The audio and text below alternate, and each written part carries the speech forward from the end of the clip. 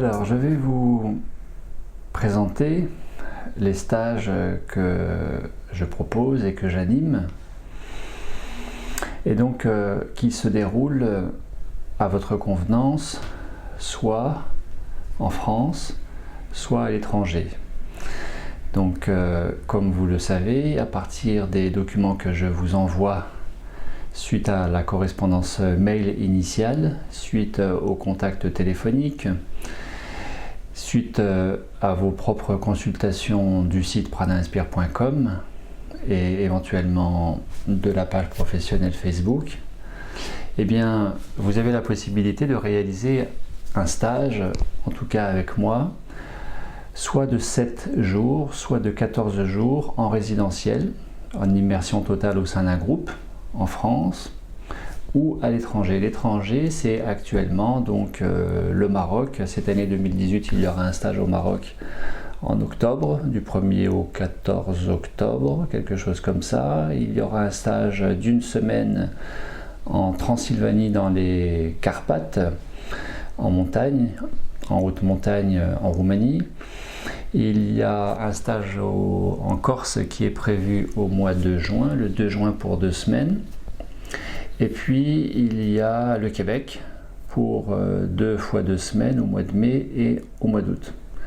Actuellement, ce sont les stages qui sont proposés et bien sûr, ils évoluent en fonction des demandes, en fonction non pas de mes prospections puisque je ne prospecte plus. En réalité, j'ai prospecté uniquement pour le Maroc. Tous les autres stages se sont mis en place parce qu'on m'a consulté, enfin on m'a contacté, on m'a sollicité et je crois que c'est la meilleure façon de procéder puisque l'expérience montre que ça marche beaucoup plus quand on laisse faire les choses plutôt que quand on veut à tout prix que quelque chose se fasse. Au regard de cette dernière vidéo,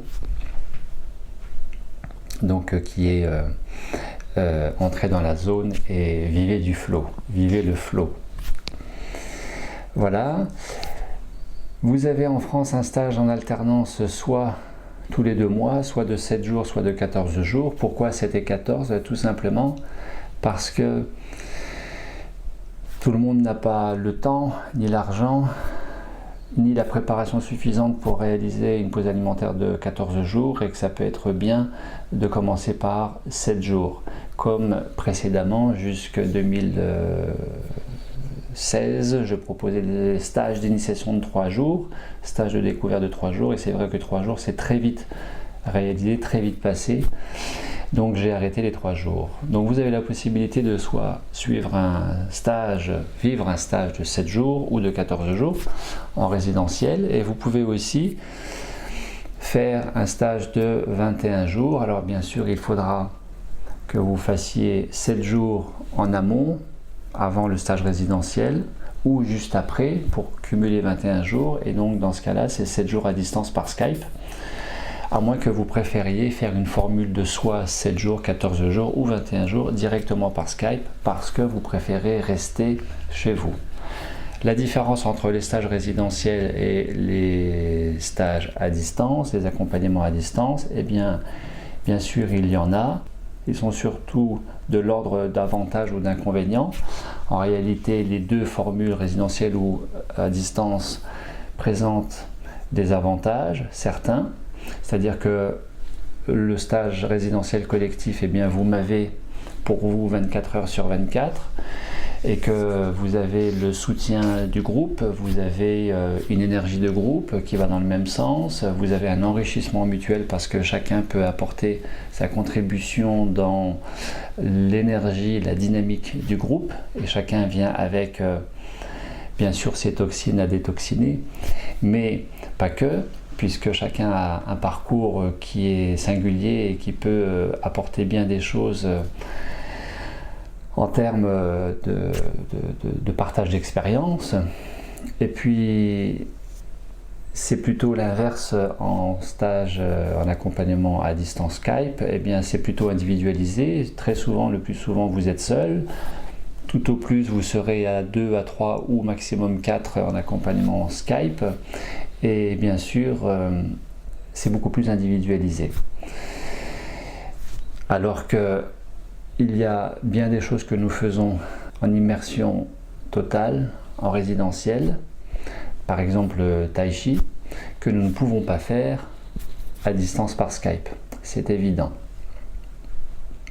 Voilà, donc avant de participer à une pause alimentaire, de vivre une pause alimentaire avec moi, bien sûr vous vous êtes renseigné, vous avez pris la température auprès de tous les accompagnements possibles, toutes les formules et toutes les personnes qui accompagnent.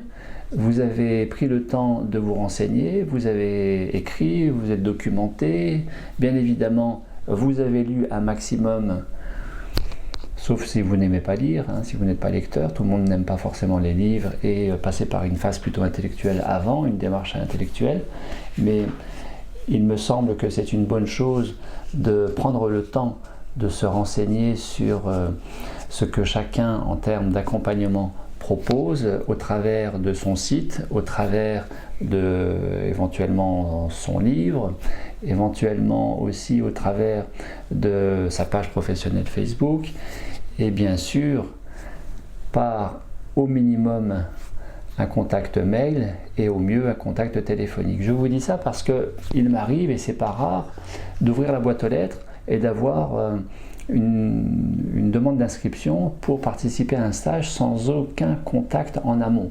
Pas de mail, pas de téléphone. Je trouve ça un petit peu dommage et bien sûr je pallie à ce défaut en vous contactant, car il y a un minimum à réaliser de manière à ce que tout simplement vous sécurisiez votre stage, votre pause alimentaire, que vous la viviez dans les meilleures conditions, dans le but que ce soit dans le plus de bien-être possible et dans une progression la plus constructive par rapport à votre objectif ou motivation déterminée pour et au regard de ce processus. Vous vous serez préparé. La meilleure préparation, c'est pas que physique, c'est pas que alimentaire, c'est aussi mental, émotionnel et éventuellement spirituel. Je vous renvoie à cette vidéo si vous aviez besoin, et régulièrement je redis un petit peu les mêmes choses parce que tout le monde ne voit pas toutes les vidéos, donc vous m'en excuserez encore une fois, mais je vous renvoie à cette vidéo. Comment bien préparer sa pause alimentaire? Et au regard de cette préparation qui doit être éventuellement aussi médicale et de bien cibler son accompagnant, regardez éventuellement ou revoyez cette vidéo comment bien vivre sa pause alimentaire. Et si vous aviez des difficultés particulières de type relation à la nourriture, gestion des émotions ou autre chose que vous avez déterminé dans votre quotidien et qui pourrait être un écueil certain sur le bon déroulement de votre processus, de votre pause alimentaire, eh bien, regardez ou revoyez cette vidéo, une préparation spécifique à la pause alimentaire. Ça me paraît très important. Prenez le temps de vous préparer, au minimum, au bas mot, plusieurs semaines, sinon plusieurs mois, et pour certains, plusieurs années.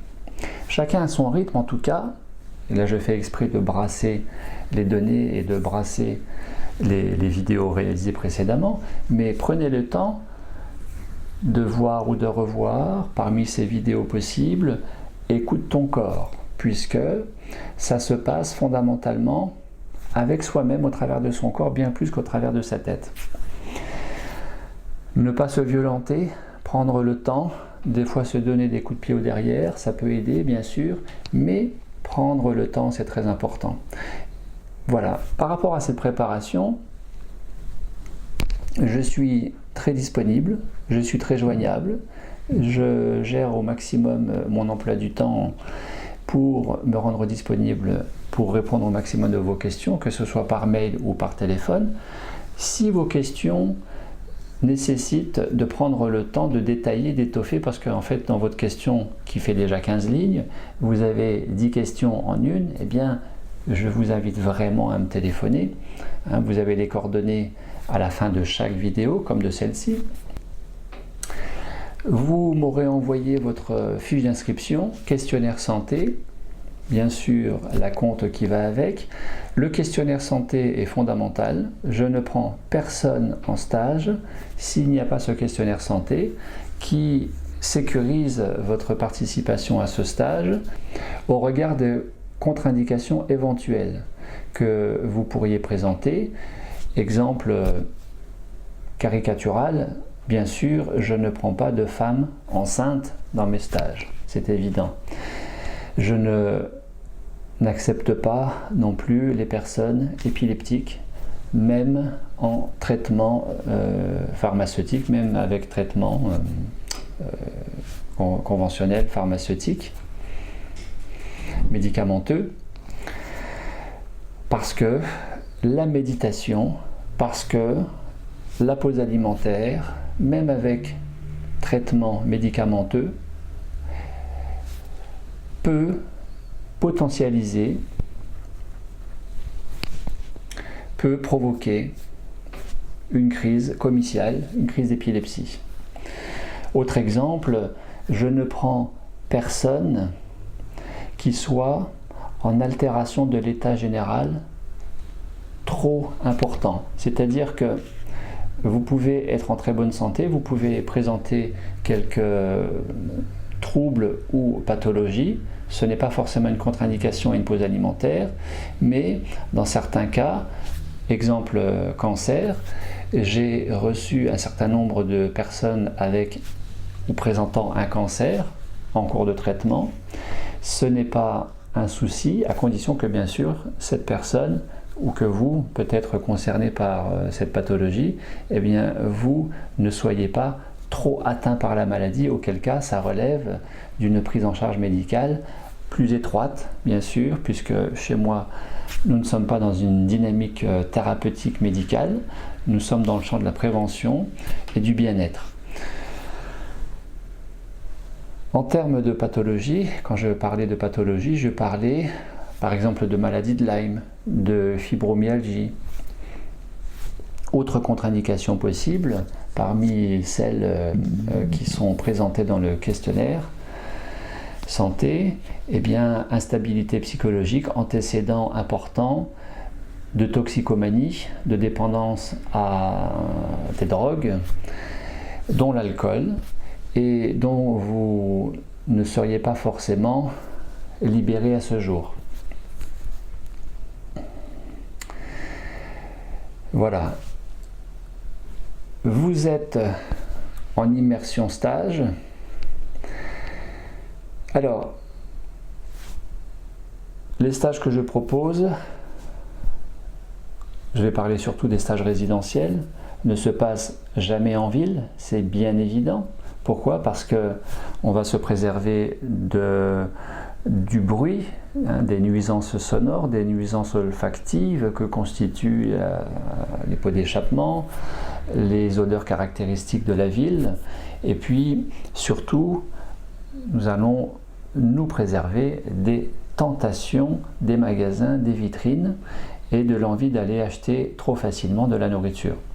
Puisque en stage, il est vraiment question d'une pause alimentaire. Je dis ça parce que au stage au Maroc, pour le stage au Maroc, ils vont se reconnaître, j'ai eu un couple merveilleux, formidable, que je salue au passage, et qui sont arrivés en voiture avec la voiture remplie de victuailles, en l'occurrence de fruits, puisqu'ils n'avaient pas compris qu'en pause, en stage de nourriture pranique, on ne se nourrissait pas de façon conventionnelle, mais uniquement de lumière de prana. Donc ils avaient à peu près 10 kilos de fruits dans leur voiture qu'ils ont donné très rapidement, le premier jour ou le deuxième jour. Donc ces stages se déroulent de façon très conviviale, très chaleureuse.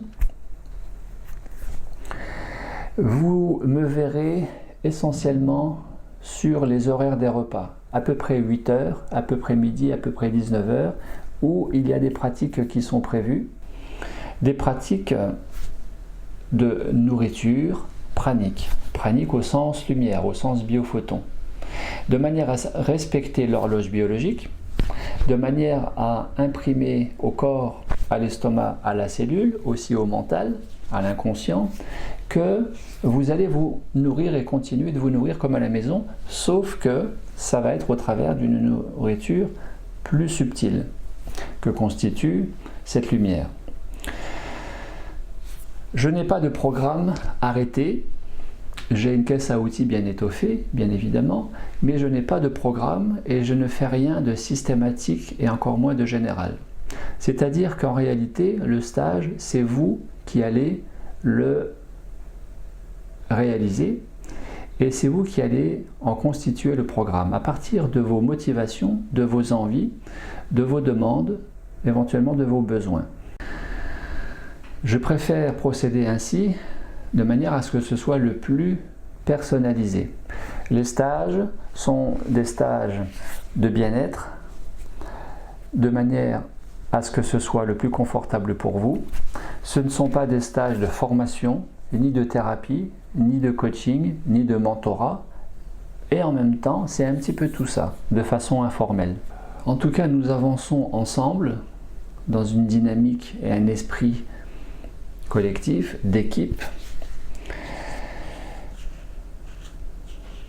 qui fait que mon souci est de générer une cohésion de groupe de manière à ce que ce soit le plus homogène possible. La parole est offerte et donnée au plus grand nombre.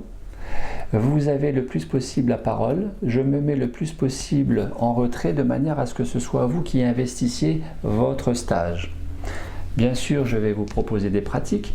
Alors, des pratiques d'imprégnation énergétique. Le but est d'être le plus nourri possible au travers de ces ateliers, à heure le plus possible régulière, calée sur les repas, et des pratiques qui vont être soit de l'ordre d'imprégnation énergétique, soit de dynamisation énergétique, soit d'évasion par un support énergétique, soit d'introspection ayant pour finalité aussi la libération, la circulation, l'imprégnation, la dynamisation énergétique. Pourquoi ces pratiques?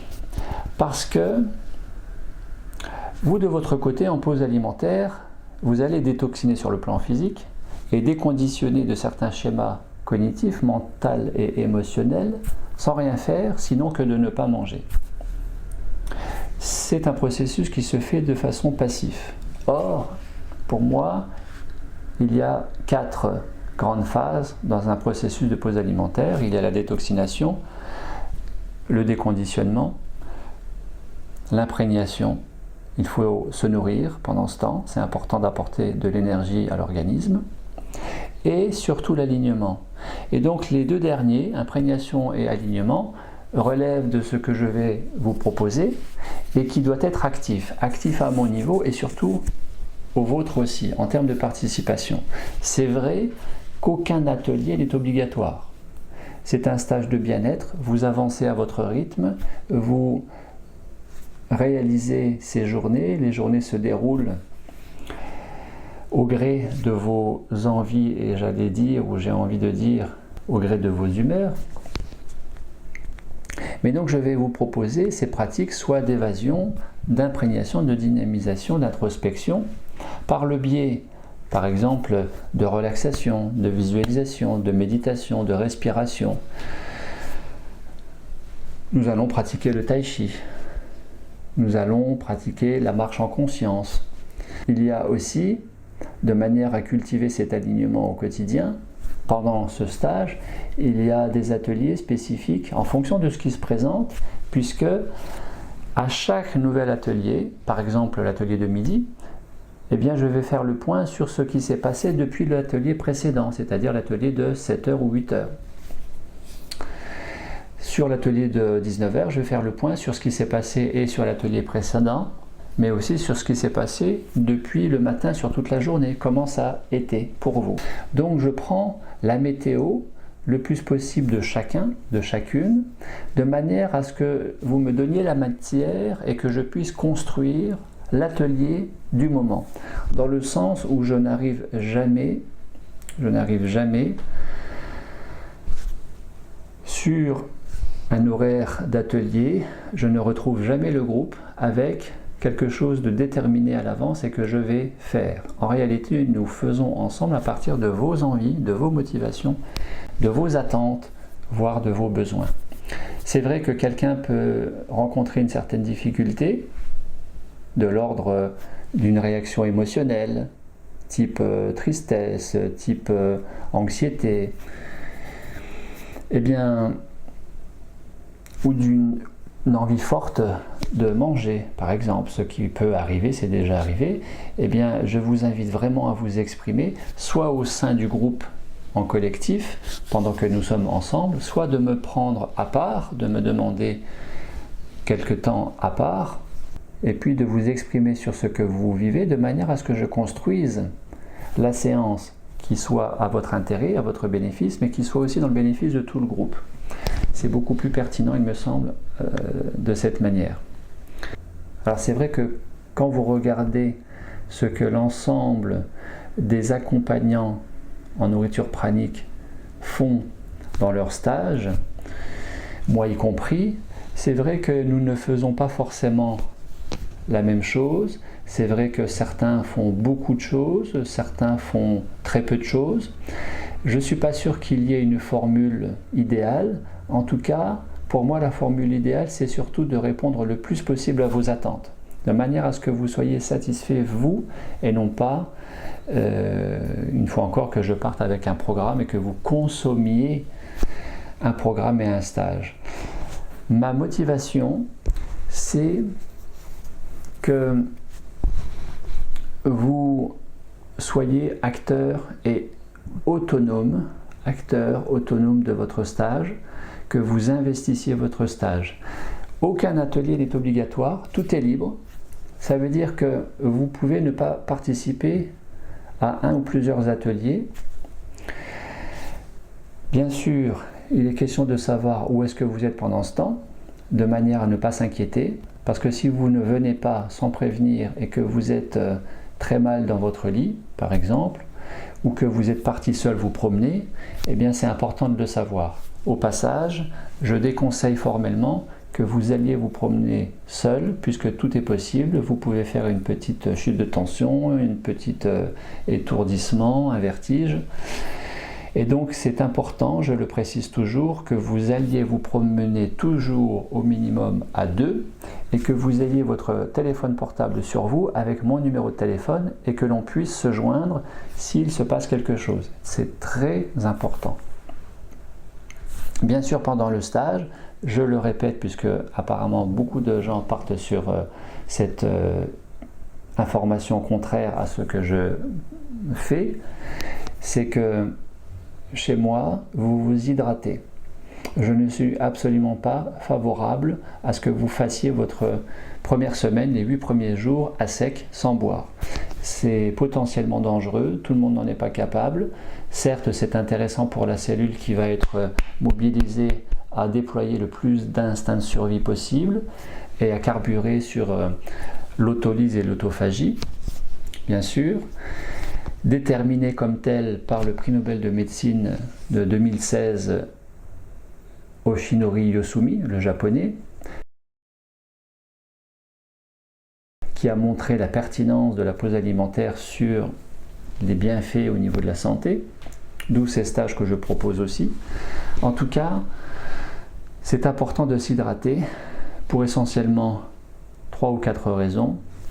Drainer les toxines, les éliminer plus facilement, prévenir la constipation et éliminer plus facilement le bol alimentaire résiduel en mouillant les matières. Et puis, ça fait du bien à l'affectif, mais aussi au corps quand on se refroidit parce qu'on ne mange pas que de boire du chaud. Et puis encore une autre raison, vous allez non pas boire de l'eau, non pas boire de la tisane ou du thé, ou du café, mais le moins possible, du fait de la caféine. Je vous renvoie à cette vidéo sur la question de boire ou ne pas boire, d'une part, en stage, en pause alimentaire, mais aussi de boire ou ne pas boire du café pendant cette pause alimentaire. Et vous allez non pas boire, en réalité, du liquide, mais vous allez boire de l'énergie, car vous allez apprendre à énergétiser ce que vous allez boire et qui constitue déjà une nourriture pranique. Donc c'est très pertinent de s'hydrater à tous les niveaux. Bien évidemment, il n'est pas question que vous buviez trop parce que vous allez inversement vous refroidir, mais je ne suis encore une fois pas favorable au fait que vous ne buviez pas, sinon, grand maximum, grand maximum, 24, 48, 72 heures grand maximum, parce que vous en avez déjà fait l'expérience et que vous êtes bien avec ça, et que nous sommes ensemble et que je peux être à côté de vous et voir comment ça se passe. Bien évidemment, dans ce stage qui n'est pas un stage de guérison, de thérapie, mais un stage de prévention, de bien-être, eh bien, quand bien même vous pouvez venir avec quelques particularités de santé, difficultés de santé, voire maladie, votre stage est bien sûr sécurisé par le fait que selon ce qui se présente, selon mon évaluation et selon votre besoin, selon ce qui se passe, je peux vous prendre une tension artérielle, mesurer votre sucre dans le sang, qu'on appelle une glycémie, de manière à ce que les choses se passent bien une fois encore pendant votre séjour. Autre atelier possible, une fois encore, du fait de l'alignement qui va être cultivé, le but c'est l'alignement, par la détoxination, par le déconditionnement mental-émotionnel, par l'imprégnation énergétique sous toutes ses formes possibles, mais aussi éventuellement par des ateliers de gestion des émotions, de déconditionnement, de reconditionnement des pensées, reprogrammation vertueuse, déployante. Donc de déprogrammer des schémas limitants pour reprogrammer des schémas déployants au regard de votre objectif, de votre motivation, à ce pourquoi vous êtes en stage et ce que vous aurez déterminé dans un après-stage éventuellement aussi, pour faire suite à ce stage.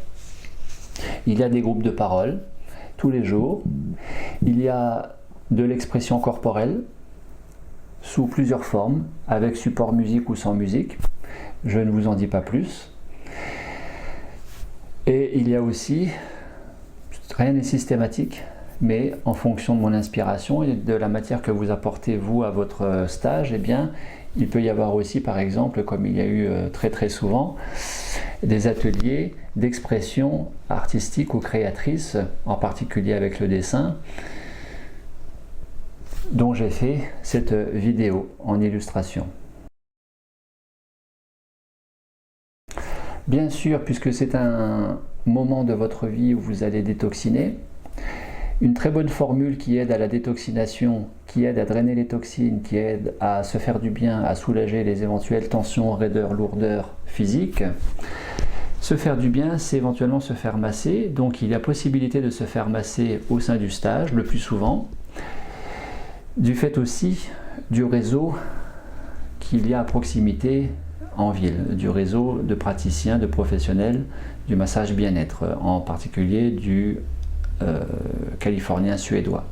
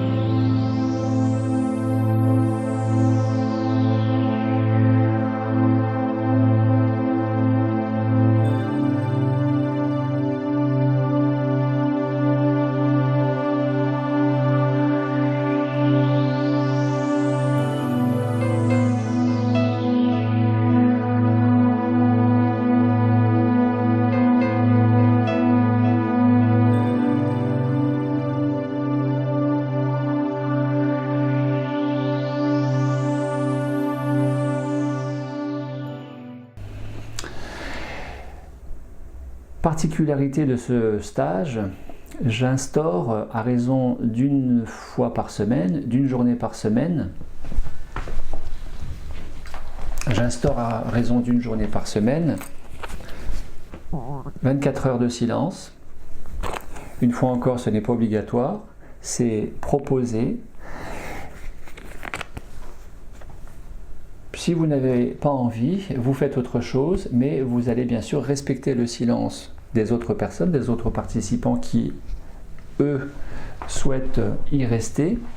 L'expérience montre que c'est une très très bonne chose, parce que quand je l'annonce, maintenant c'est annoncé en amont des stages avec cette vidéo, mais quand je l'annonçais jusque-là au sein des stages, 90% des stagiaires n'étaient visiblement pas contents, en se demandant comment ça allait se passer, que ça allait être long, qu'ils allaient s'ennuyer, etc., etc. Et l'expérience montre que systématiquement, tous les stagiaires, à l'issue de ces 24 heures de silence, sont vraiment très très contents. Ils ont vraiment vécu une belle expérience. De quoi? Eh bien tout simplement d'aller écouter, ressentir, d'aller se visiter un petit peu plus, se mettre un petit peu plus à l'écoute de soi-même, se rencontrer. Car c'est un stage où l'on se rencontre, on se pose, on dépose ses valises, on dépose ses bagages, on lâche ses toxines, on lâche son mental. Lâcher prise, lâcher le mental, c'est très très important, se mettre à l'écoute du corps, s'imprégner, s'aligner, s'exprimer, vivre véritablement au ralenti, dans le slow life, prendre le temps un petit peu avec soi, chose que l'on ne fait pas forcément du reste de l'année. Et cette expérience de 24 heures de silence n'a pas pour vocation à se taire, mais plutôt à écouter le silence avec soi-même, écouter le silence dans cette atmosphère où il y a toute cette énergie, ce champ unifié quantique, et de se rencontrer, se poser pour se rencontrer. Particularité que j'ai instaurée il y a 2 ans, en 2016, eh bien, du fait de Nadine qui, elle, depuis le Québec, participait par Skype aux ateliers alors que j'étais en stage dans les Vosges, eh bien, quand il était 8h du matin pour nous, il était 2h du matin pour elle. Et donc, grâce à Nadine, que je remercie encore une fois, eh bien, j'ai instauré un atelier de méditation qui n'est pas de la nourriture pranique, qui est de la méditation, de la focalisation de conscience avec un support donné, un support respiratoire, un support imaginé. Ça dépend de mon inspiration du moment puisque je ne fais jamais rien de systématique et je diversifie le plus possible les ateliers de manière à ce que vous soyez ni lassé ni fatigué et que cela vous nourrisse et vous plaise. Et donc je propose un atelier de méditation à 4h30 du matin tous les jours, uniquement pour les personnes qui sont en forme, qui se sentent bien, qui aiment la méditation, atelier qui dure à peu près une demi-heure, c'est absolument pas fatigant et l'expérience montre encore une fois que sur des groupes moyens, de taille moyenne d'environ 15 personnes, dont j'ai le plus souvent, eh bien il y a toujours un minimum de 10-12 personnes présentes à cet atelier de 4h30. Je suis avec vous pendant le stage résidentiel. Vous êtes en chambre seule ou en chambre double. Les chambres seules, par définition, il y en a moins que les chambres doubles. Donc n'attendez pas d'arriver au stage pour dire « Ah ben il n'y a plus de chambre seule », parce que c'est déjà arrivé. Donc sollicitez-moi avant, au moment de l'inscription et même du contact téléphonique ou du contact mail. Je reste avec vous pendant le stage, j'ai ma chambre sur place et donc je suis disponible 24 heures sur 24. La journée, nous sommes ensemble. En plus des ateliers alors éventuellement 4h30 pour ceux qui ont envie, encore une fois, 8h, midi, 19h. Il peut y avoir des ateliers le matin, en matinée, entre 8h et midi, l'après-midi entre midi et 19h. Il peut y avoir, ça n'a rien de systématique. Nous ne sommes pas dans un stage commando, un stage militaire. On ne vise pas le rendement, l'efficacité, le remplissage. C'est plutôt un stage de déremplissage, d'allègement. Donc, il n'y a rien de systématique. Les journées ne se ressemblent pas forcément les unes avec les autres. Et une fois encore, je compose avec vous. Nous composons ensemble en réalité. Et s'il y avait pendant X jours cette pratique, cet atelier de midi, eh bien c'est arrivé que des groupes me sollicitent pour me dire « Ah, demain midi, est-ce que c'est possible de ne pas faire d'atelier? Ça pourrait changer, ça pourrait être bien qu'on ait plus de temps pour nous, qu'on aille visiter tel et tel site archéologique ou site naturel ou cascade dans la forêt ou autre chose, et donc qu'on ait plus de temps. » Bien évidemment, je suis tout à fait favorable à ce que vous puissiez vous immerger au sein de cet élément, la nature, là où se déroule le stage. À condition, bien sûr, c'est une condition que je vous invite à respecter, que de maintenir l'écoute, l'observation, le ressenti avec vous-même de manière à cultiver et entretenir cet alignement, centration, ancrage, alignement avec vous-même, quand bien même vous êtes en sortie, en excursion extérieure.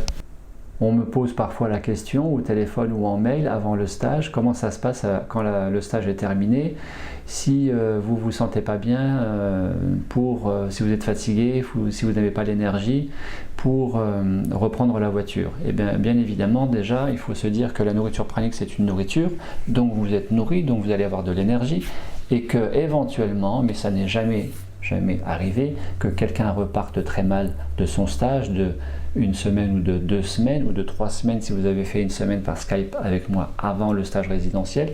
Ce n'est jamais arrivé, mais quand bien même, je vous invite très fortement, même pour vous sécuriser, à descendre au premier magasin en bas du stage, en bas de là où nous serons en immersion, et que vous vous fassiez plaisir à acheter quelques fruits secs, quelques fruits et légumes que vous puissiez prendre au moment de prendre la voiture ou pendant que vous roulez.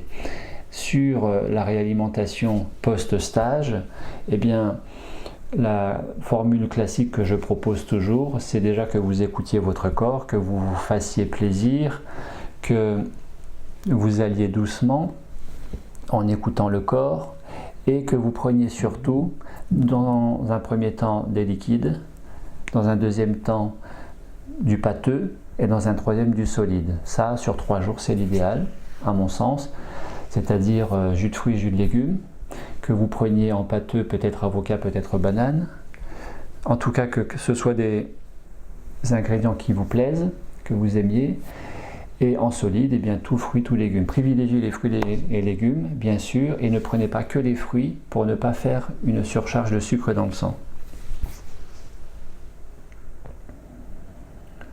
J'aurais bien d'autres choses à vous raconter, je n'ai pas forcément tout en tête. Je vous invite à me poser un maximum de questions par mail ou par commentaire YouTube à l'issue de cette vidéo, après l'avoir visionnée. Comment ça se passe dans l'après-stage? Je suis aussi tout à fait disponible et accessible après le stage, sauf que c'est uniquement à votre initiative. Je respecte la tranquillité de chacun, je ne me manifeste pas, sauf s'il s'est passé quelque chose de très particulier pendant le stage. Bien sûr, je vous contacte et savoir au minimum comment vous allez, comment ça se passe pour vous, mais sinon je reste tranquille dans mon coin, je ne vous contacte pas, je ne vous sollicite pas, je ne fais pas de relance ni commerciale, ni je ne sais pas quoi. Chacun reprend sa vie là où il l'avait laissé avant de venir, mais bien évidemment je réponds à toutes les questions en fonction de ce que vous vivez dans votre après-stage.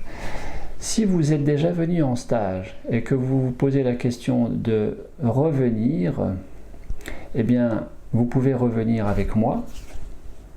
Je vous invite aussi à expérimenter les stages des autres accompagnants.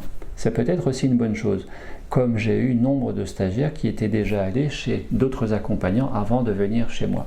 C'est intéressant de voir comment les uns et les autres travaillent, fonctionnent. Je parle des accompagnants, qui peut constituer autant d'enrichissement. Je suis tout à fait favorable à cela. Je vous remercie d'avoir pris le temps de m'écouter. Et puis, une fois encore, je vous invite à me poser un maximum de questions, questions auxquelles je n'aurais pas répondu dans cette vidéo. Et je vous souhaite le meilleur dans les médias, dans vos vies respectives. À très bientôt. Au revoir.